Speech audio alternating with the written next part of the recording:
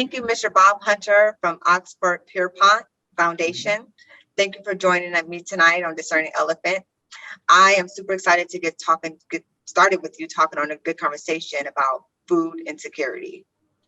As you know, there are over 35 million right now people in America that are struggling with food, access to food, keeping food, wondering where their next meal is going to come from. Oxford Pierpont has decided to launch a new initiative, right, to combat this. And I'm super excited to learn more about it. But before we get started, can you tell me a little bit about Oxford Pierpont Foundation's work and how you got involved in all this? Yeah, so the Oxford Pierpont Foundation is primarily funded by Oxford Pierpont Inc., which just basically provides business development services and among other things. But what really matters is that for all the work we're doing, 30% of our revenue is going towards funding the Oxford Pierpont Foundation, which is almost entirely focused on developing technologies that can help to grow massive amounts of food for kids and then be able to give that food away 100% free. So when I say technologies, I mean indoor farming, right? So that we are not having to necessarily worry about climate change and worry about just seasons and things like that. We can have controlled growing environments for food. And because we're doing that controlled, we're doing that inside, we can grow food more consistently, more efficiently, and then more affordably. All those things adding up to being able to put them in food deserts where people don't really have access to food, and then of course being able to give that away. And this is all specifically aimed for children. Nice. What does food insecurity really mean? Break it down. What is fear? Because there's so many definitions. Different organizations like Feeding America, Meals for Good, they all got varying different definitions of what food insecurity really means. What is food insecurity as you see it? For me, it has a lot to do with access, right? So if I go outside right now and just even go a few miles up the street, there are plenty of options for me to get food. You know, there's plenty of grocery stores, there's plenty of food options, there's farmers markets, there's a lot. And so I have access to a lot, right? I have options.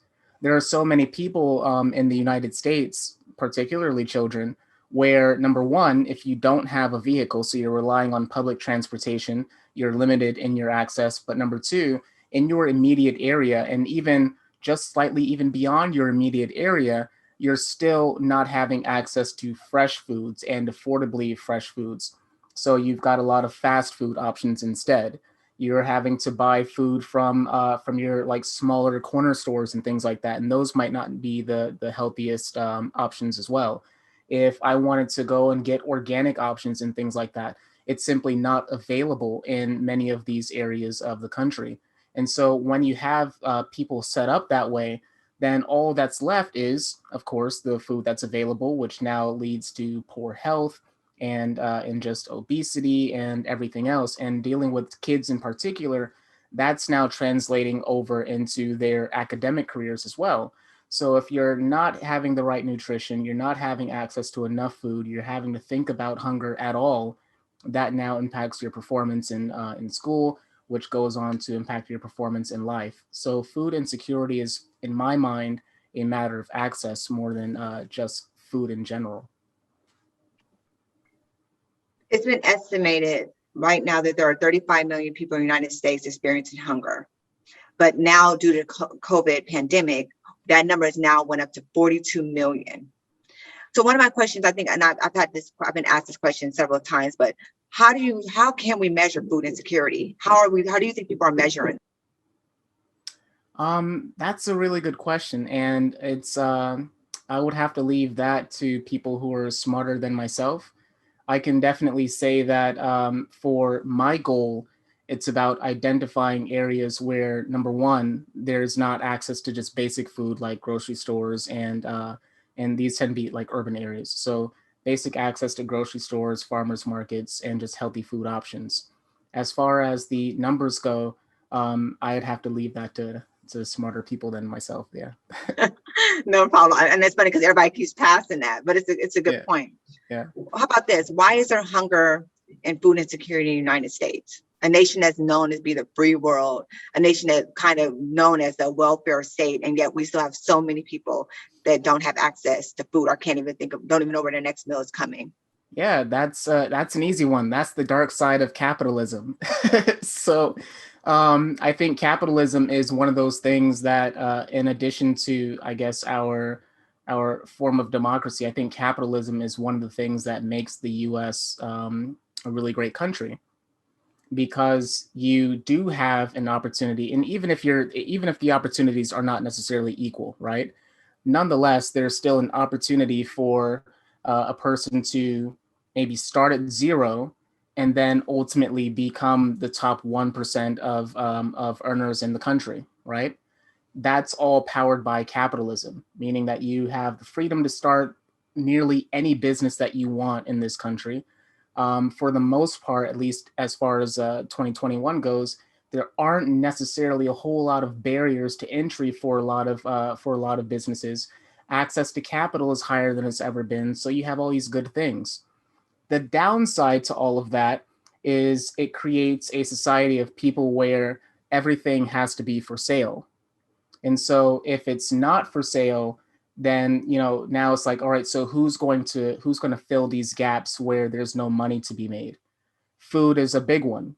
There's plenty of food that gets thrown out every single day because it can't be sold. And the obvious thing might be, all right, let's say that I'm a grocery store like Kroger or Publix or a major chain like Walmart. Well, why wouldn't they just then give all this food that they were going to throw away anyway? Why wouldn't they just send it to food banks and stuff like that? Well, capitalism. Who's going to pay for that? Is the food bank going to now pay for the gas and the trucks to come pick up the food from Walmart? Or is Walmart going to have to now pay for the gas and trucks to deliver all this trashed food to the food banks? Neither party is going to do all that because you have the cost that's associated. And so I would definitely say the reason that we have so much waste and so much hunger in the country isn't because it's not available. There's plenty of food available. But until there's a system of getting that food to people and getting it to them freely, it's always going to be a system of haves and have-nots.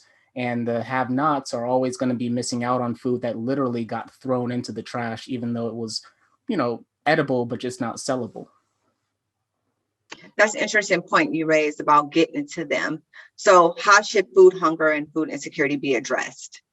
You talked about the capitalism, but how do we address it?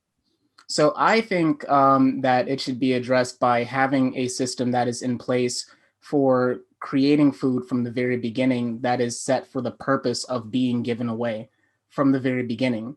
See, right now, it's like we have a set of food that's meant to be sold. And if there's some extra, maybe we'll consider doing something with it. And often it's too expensive to do anything with it, so we'll just throw it away. Instead, I think we need a system where we have a certain amount of food that is just automatically dedicated to people who are in need. So, for example, let's just say arbitrarily, the grocery store was going to get 100 apples, right?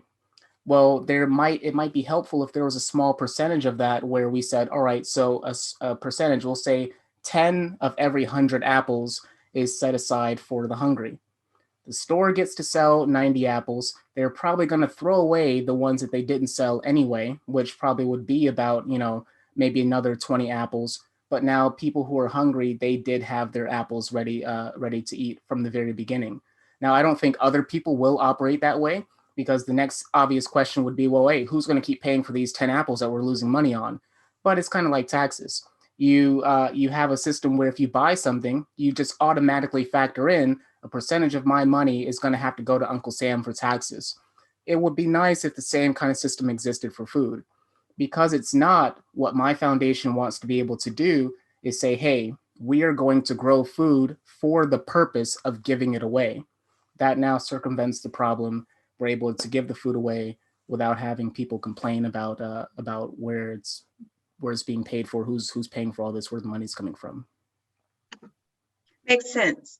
But here's a tougher question. Okay. Who should be responsible for addressing food hunger and food insecurities? Is it government? Is it public? Is it a civic responsibility? Like, Yeah. it's one thing for everybody to want to help and be involved in one of, not necessarily everybody, but organizations, activists who want to be involved to help. But who has a sole responsibility? Whose responsibility should this be on? Yeah. So that is a tough question for me because I definitely lean conservative. Now, when I say politically I lean conservative, I stopped saying Republican because Republican in 2021 means hateful bigots, and so socially I don't really care what people do. It's got nothing to do with me. But I do believe in fiscal conservatism, small government, and I like what Republican parties do for business owners in general. So with that said, and the idea of small government, the obvious answer wouldn't be that, well, the government is supposed to feed all these people, because I think part of the problem is that the government handicaps people. I think if there was a simple system of just responsibility in the same way of like in taxes, I know that for every $100 I earn, roughly 20 to 30% of that money has to be set aside for taxes. It is what it is. There's no real getting around that unless you're Amazon, right? Um, so I would definitely say if a portion of my taxes were going to be dedicated now specifically for helping people who were hungry, solving problems like food, just like we have to solve problems like potholes in the road, and making sure that the fire department is staffed and making sure that the police are staffed, I definitely think that would be helpful to an extent, because I also think that if you help people too much, then you end up creating a society of dependence. So I would want, I guess, and this is again why I focus more on children, not adults, because children, I don't think they have a choice in the matter. If you're born into a poor family, or if you live in a poor neighborhood, or if you just have, a lack of access for a kid, I mean, that's not their fault. There's nothing that they can do about that. And I'm not saying it's the adult's fault, but I'm saying adults have more options to fix it. So from a solutions perspective, I would want to see some kind of system where a portion of my money as a business owner is going towards specifically helping solve food insecurity in the same way that a portion of my money is expected to go to the police department. I don't know if that makes sense. Makes sense. But I want to ask, you said that it's mostly it's the need for and the one for your company to support kids is mostly getting focused on the kids area. But Mhm. how do we serve the kids? How do you serve kids in a meaningful way without with circumventing their parents or the adults who are supposed to be watching over them? Like, Yeah, can you literally break? Can you distinguish between the two really, or is yeah. it just idealistic? No, I get that question a lot, and I've come to terms with the fact that you cannot necessarily just directly help kids without helping their parents as well. But there, for example, right now, programs, even during the whole pandemic, um, there was a school bus that would come by every single day, and it would stop at the houses where maybe those kids were on free or reduced lunch, specifically to drop off lunch for the children, right? There are plenty of programs where you have food being delivered to households, and based on how many children they have, that's how much food that they get. So it's not, I guess, unusual to say that we're basing the system on the need of the children, not the need of the parents. But there's also nothing stopping parents from eating the apples that we're delivering, right? So I've accepted that by extension, I would be helping adults as well, but my intentions and focus are all around the kids. If that means that at some point we end up delivering food for children directly to schools, maybe we deliver food for children directly to YMCA facilities where children are waiting after school, or youth centers or something else. My intention is to get the food into the hands of children directly. And not only just food, but I want to also be able to help and work with other organizations who have other ways of helping children. Now, my focus is on food because I think building skyscraper farms is a big enough goal by itself.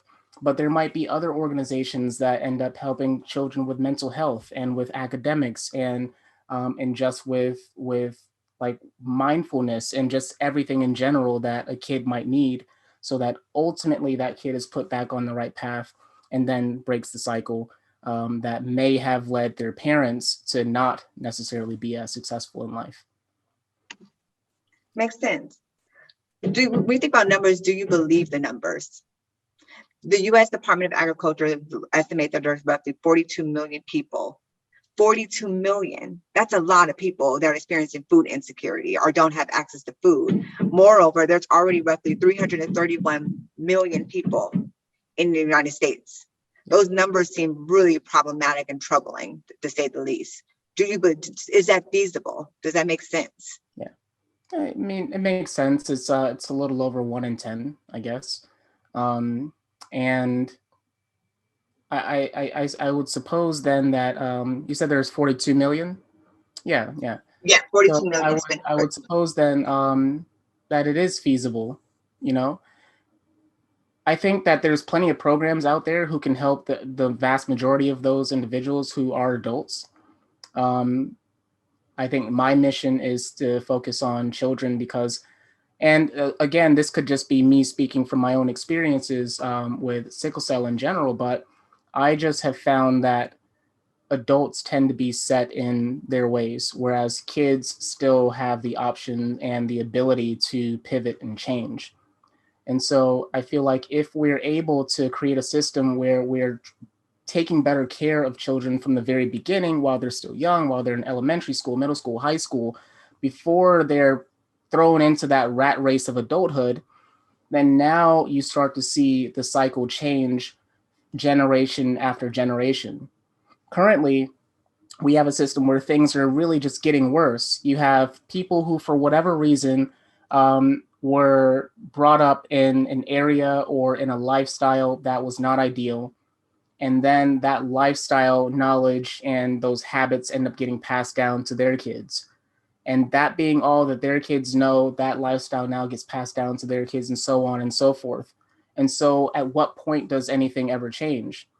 And so that's why I keep on having such a big emphasis on children, because I feel like, all right, if we're able to make sure children are fed, make sure that their mental health is good, make sure that their education is good, then now as these children are becoming adults, now that they've been exposed to just that, I guess, not necessarily a better life entirely, but just those better opportunities, now you're able to pass that on. And if we continue helping children and continuing focusing on children, eventually you come to the point where all of these issues that plague us now start to get reduced significantly. It's no different than how, if you look a generation back, climate change was not, it's not believed. And you look at adults, a lot of older adults, they still think the whole climate change thing is a hoax and all this good stuff. But as you have people who are millennials and Generation Z and all that, so all your younger children that are coming up and they're now growing into adults, you now see the narrative on climate change changing because these are people who lived through it, right? So the narrative changed as they were children, and as adults, it's taken to them, or it's still in their minds, and now they're doing something about it as adults. The same process can happen in so many areas of life in the United States where there are problems that adults are necessarily trying to solve, when really it should be teaching children a better way so that they turn into adults that just automatically see the problem with the solutions that are available. Sorry, that's such a long-winded way of saying that, but yes. No, it makes sense. But I do want to ask a question about when we think about food, let's think about the diet. So I just think there's a construction going up upstairs in my house. So when we think about diet,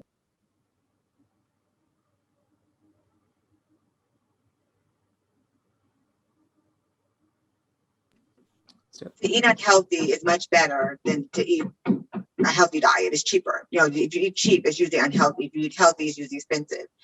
So how do you plan to mitigate that when it comes to children?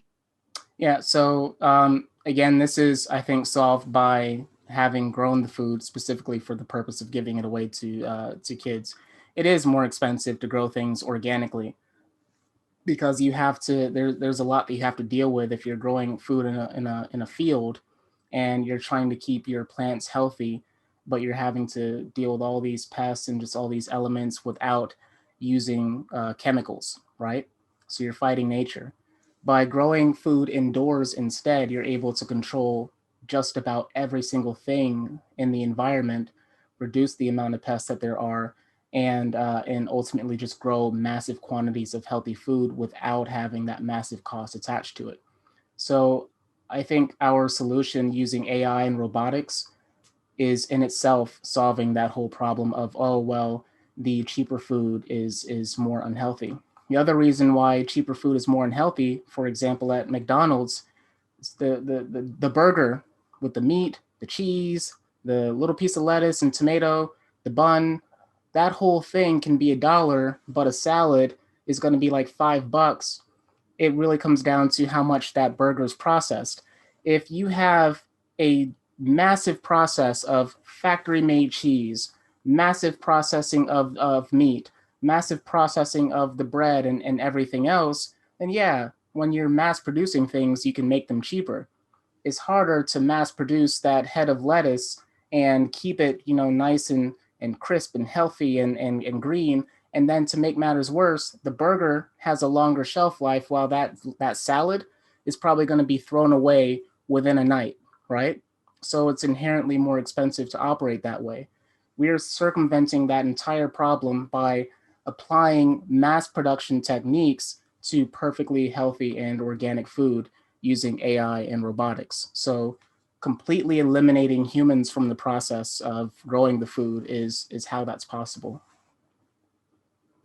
So tell me, what are you starting this already? Has it been started already? Describe the process and how people are you serving a certain area, a certain state, a certain city?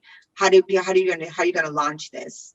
So still raising money to just start with shipping containers and get the technology just right and proving the concept on a small scale.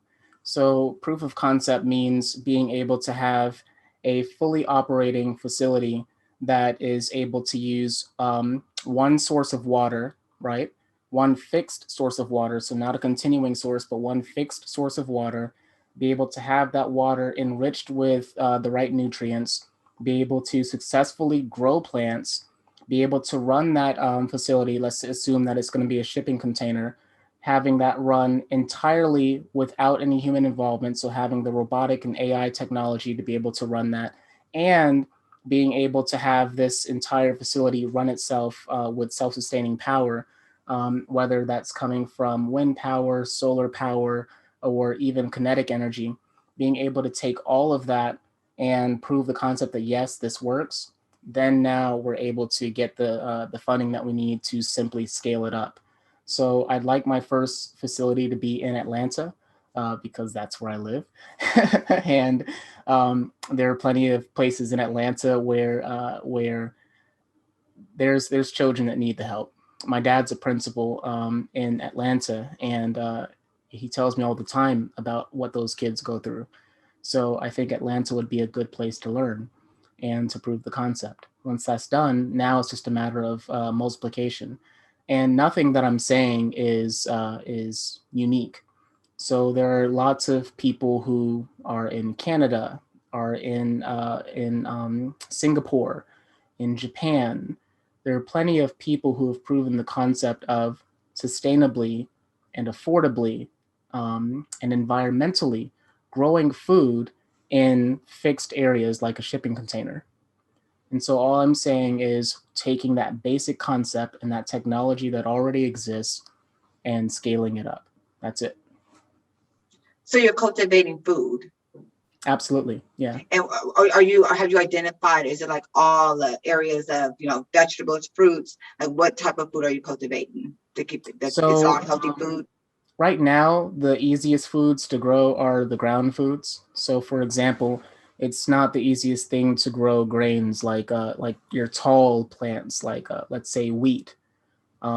It's not that easy to grow foods that necessarily are supposed to be grown on trees, like an apple, right? But it's still possible.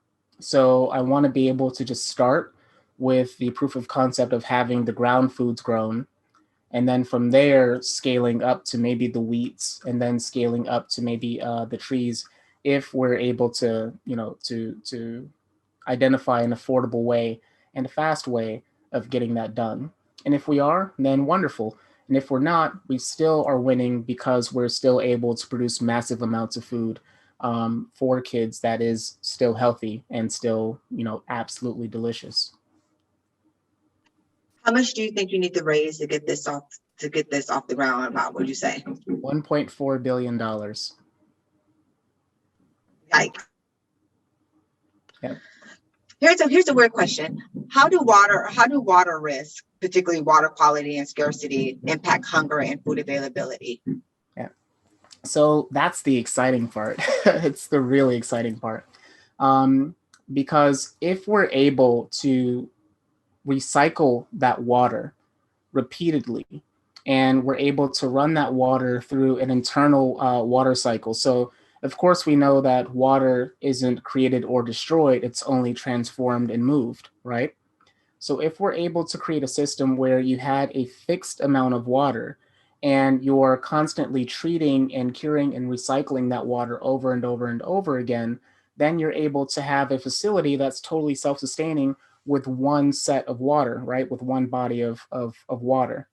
If that's possible and it really does work consistently, at least 90% of the time. Of course, there's always going to be those wild card factors, but if it works like that, and that means that you could take any one of these facilities and put them in areas where it is almost impossible to grow food. So now we're not talking about the United States anymore. Now we're talking about places, like Africa. We're talking about places like India, where the water quality is terrible, or where the access to fresh food, is horrible, and where poverty is high.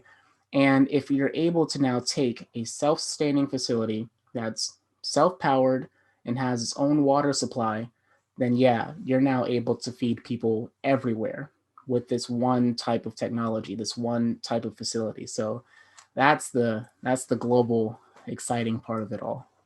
Absolutely.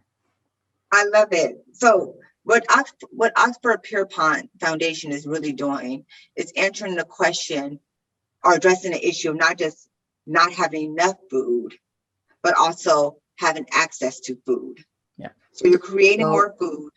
Go ahead. it's the access, but it's also planning for the future that people seem to want to ignore. Going back to climate change, which is why I mentioned it earlier. At some point, it's going to be progressively more difficult to grow food on fields in the traditional way as water tables start to dry up. Okay, as farms start to have more difficulty dealing with the constant changes in climate, right? As the seasons become wilder, it's going to start becoming really difficult to grow food in the traditional way, right?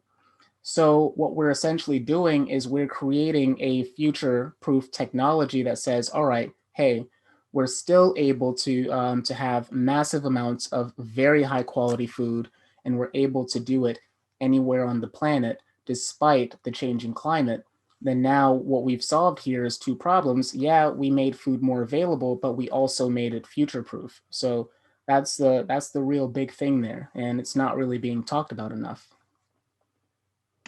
Does your movement or notion or idea, does it affect the farmers, or is it in collaboration with, because you mentioned AI?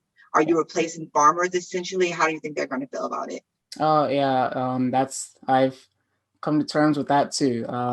If anyone tried to assassinate me, it's probably going to be a farmer, because it does eliminate the need for having so many people. But the reason I don't want to have people in the facility is because, number one, I can make facilities that are more efficient, and number two, I can produce consistently quality food if I don't have human involvement, if I don't allow for human error.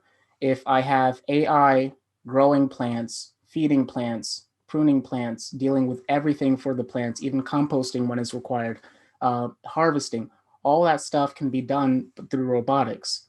And so if I can do that long term, that ends up being cheaper than having to try and figure out how to now afford to pay humans to do the same thing. yeah, of course, in the beginning, the robot is significantly expensive. And yeah, maybe someone will have to fix the robot if it breaks. But on a day to day basis, the robot is free, right? The human has to be paid by the hour. And so if we're talking about giving away massive amounts of food, I've got to cut this, I've got to cut costs where I can. So it just, no part of the process makes sense to involve people if it's going to be more expensive and I'm going to get lower quality by involving people. So yeah, farmers are not going to like me very much, but I've accepted it. It is what it is. But you do need, but you're gonna definitely need land. That's the other big thing. No land. One of the biggest things that I hate about the process of farming that we have now is that it requires the cutting down of trees to make long linear paths of land that you now use to grow crops. That doesn't make any sense to me. If we have a vertical farm, why not just simply grow up instead of growing out? So you have so much of the Amazon rainforest that's been cut down for farms. A lot of people don't know that. They think it's always just cut down for the trees. No, a lot of it is cut down to make farmland. And so part of the issue, going back to climate change again, that we have is again because of how we actually use the land that we're given. Instead of growing out, we can grow the same amount of food if we just do it vertically. So again, farmers might not like me very much. What about the big known food insecurity led organizations like Feeding America and Meals for Good? Is there any partnership or collaboration, or to try to get on the same page where they can at least support you, at least with people and numbers? Yeah. To try to, have you reached out to them? So I've not reached out to them yet. And the reason is simply because what I want to accomplish first is establishing the technology, right? So I think that the technology is still really niche. And so what a lot of organizations do, because, and of course, this is the way that it has to be. It's not like they're not doing the right thing. But right now, it's a matter of taking food from wherever it currently comes from and then getting it into the hands of people who need it. And that is perfectly fine. What I want to be able to do is say, hey, we're going to fundamentally change where you're getting the food from in the first place. And then once that's established, now getting it into the hands of the people that need it. I don't think that people have really approached it from a technology perspective. And one thing that I love about the United States is our innovative technology, right? We produce world-changing technologies. And I think it's time to apply that same thought process and mindset to food. Using AI, using robotics, these are going to be the industries that define the 2020s. Whether people realize it or not, by the time my kid is an adult, you know, it's going to be all about AI and it's going to be all about robots. And I wouldn't be surprised if, you know, in 2030, maybe 2035, everyone literally has a robot running through their house doing various things. Maybe the car is driving for them everywhere. Maybe robotics are the people, the cashiers at the grocery store. I don't know. But what I'm saying is focus on the technology, use it to capture the power of AI, to capture the power of robotics, grow food with that, and now use all of that efficiency to end the whole hunger issue. So what everyone's doing now, I get it. I understand why they do things, but to me, that's looking backwards. So on a political front, would you say that your notion, what Oxford Pierpont Foundation is on the verge of doing, would you say it's on the heels or on the throes in the midst of Biden's Green Deal? Yeah. The New Deal, and I don't want to talk politics because this is about food insecurity. But yeah, when people think about AI and think about climate change and going forward in the future, and specifically people are so worried about AI and this whole new Green Deal replacing human, you know, I guess the human element of building and innovation, which he says that they're not. They're actually giving them more jobs. But what do you think? What do you say to that? I think that people are going to lose their jobs. It just makes sense, you know? So my kid is 9 right now. He'll be 10 in August. If I'm preparing my kid for the future, I'm not preparing him to have the jobs that exist now, because those jobs, I would expect them to be gone if the world keeps on progressing the way that it is. Um, a great example of this is you have your standard cashiers, right? It makes total sense to me that cashiers would be almost entirely eliminated by 2030, 2035, right? So we're talking less than 15 years here. It makes total sense to me that Amazon workers would have no jobs by 2030, 2035, because they found a way to use robotics to replace that. So it does make sense that we do start moving, I guess, towards ways of getting people into newer industries, getting them trained into industries that can be more sustainable, more creative, more tech centered, just something else, because those jobs are going to be gone. I'm already by myself thinking about getting rid of farming jobs. I've thought about getting rid of restaurant jobs because they can be done more efficiently using robotics, not the chefs, they're creatives, but the operations of restaurants and things like that. So I think for what Biden is doing, he's definitely preparing the country for that future. Whether they admit that no one's going to have a job is a different story.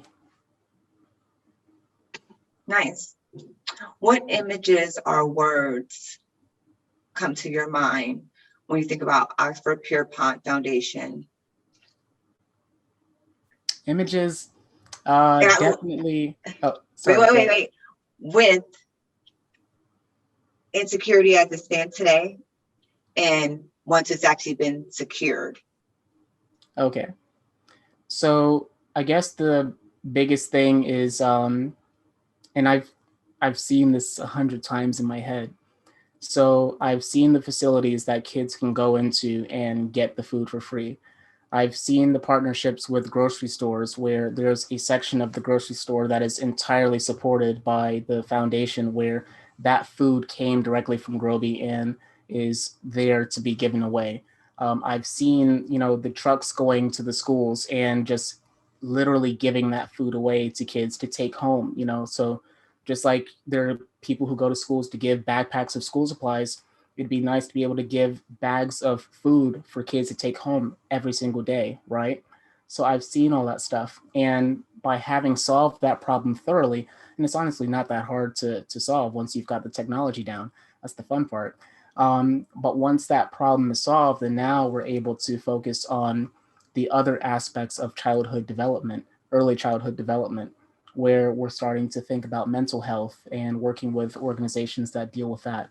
We're starting to think about education from a perspective of, all right, now that your mental health is taken care of, your physical health is taken care of, now we can really put you on a path where educationally you are being set up for a better future. That is all solved by, again, the technology solving that food insecurity. Like, that's what makes me happy. So that's what I see. Yeah. And it's not that far off either. I mean, it's $1.4 billion off, but that's not a lot of money in 2021 when you have billionaires in the hundred billions. So it's possible. I love it. There's a book that I read that reminds me of you. It's called Thinking in Systems. I don't know if you heard of it, by Danella Meadows. Okay. It's and the way you kind of put this, you took a systematic approach in doing this.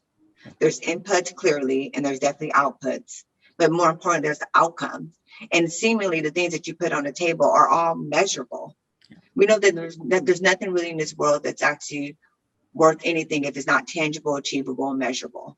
Yeah. And I think that you did an excellent job putting something together that's actually can be for the betterment of humanity. Yeah. And all the thought processes that go behind that. And the fact that you answered the call, seen an issue, and decided to go through your organization, your company, to have a more of a giving lens, a philanthropic type of lens area to actually give back. And we're target market to kids. I mean, all the work that goes into that is definitely nothing that's short of any imagination. I mean, now I have the image of towers, of like literally farming, that not how I see it traditionally, but farming on level. Like I think of the building downtown with all these farming on different apples, oranges, all on these different floors. Skyscraper. Like really like in concrete jungle of like just Yeah. just farming apples, oranges, cherries, whatever, what have you, and the kids can just come there and say and get whatever they need to get. I mean, super amazing, super amazing. Glad you can see it. When do you think that they'll be like? When do you think that you'll kind of get your completion? So there are two big things on my plate right now that I'm phasing out with I'm phasing out my role in Oxford Pierpont primarily, so that I can move on to other things.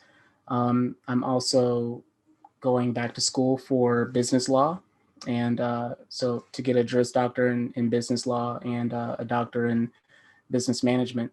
And that's specifically so that I have the ability to write my own laws, because there are going to be some legal barriers to entry for some of the things that I do want to accomplish, and I want to be able to write my own laws to help change that legal environment. So planning ahead, I already know what's coming, so I just want to be able to have that deep level of understanding. So if I had to put a timeline on it, I'd still say that I'm at least 5 years away from having my first fully fully operational facility. Well, I'm super excited to see what's going to happen, and I want to. Where can people find you? How can people support you? So it's not financial support that I'm looking for right now. What I'm looking for is knowledge that I don't have. So people who already have a background in AI, I'd love to meet those people. People who have a background in robotics, people who have a background in agriculture, people who have a background in kinetic energy, thermodynamics, solar energy, electronics, all that stuff, manufacturing, chip making, all that stuff is what I would want, I guess, people for. Water management is another big one, because I think those different skill sets and specialties all piece together to make all of this stuff happen. There's more than enough money out there. The money will come. It's not that hard to go get the money. It is hard, though, to find really good people who have that same vision, passion, and drive to actually make these things happen. And we're talking about a lot of science here. So I need people who have that same enthusiasm for this. And then once that's all done, then we now take those technologies, bring them to other organizations that already are doing the social work, and boom, now we're able to make this happen. So I need people, not money right now. Well, there you have it, ladies and gentlemen. Thank you for joining our. Thanks to you, Bob Hunter, for joining our show and participating and really just being an elephant in the sense of being smart, sharp, witty, and discerning than a need. Feeling it through the landscape and everything that you possess that makes you Bob Hunter, to really go out there and really help our kids to be and have access to food. And you're just one with so many people to follow you to do exactly what we need to do for this great nation, and that's bridging food insecurity. And thank you. Any final words? Say one more thing here. I think the biggest thing that people should understand is that there's nothing special about what I'm doing or my thought process. Everyone has that ability to see a problem, break that problem down into its lowest denominator, its smallest bits, and then work out and solve problems. You just first have to decide, hey, well, if I see a problem, number one, I believe in my mind that I can solve it, and two, I believe that I'm capable of seeing the solutions when they come, and then capable of actually implementing those. Everyone can do that if you just kind of take the time and believe that you can do it, believe that you have that ability to create, and then boom, you do it. It didn't start for me with just specifically saying like, oh, hey, I want to work with kids, and oh, hey, I specifically want to feed kids. The original problem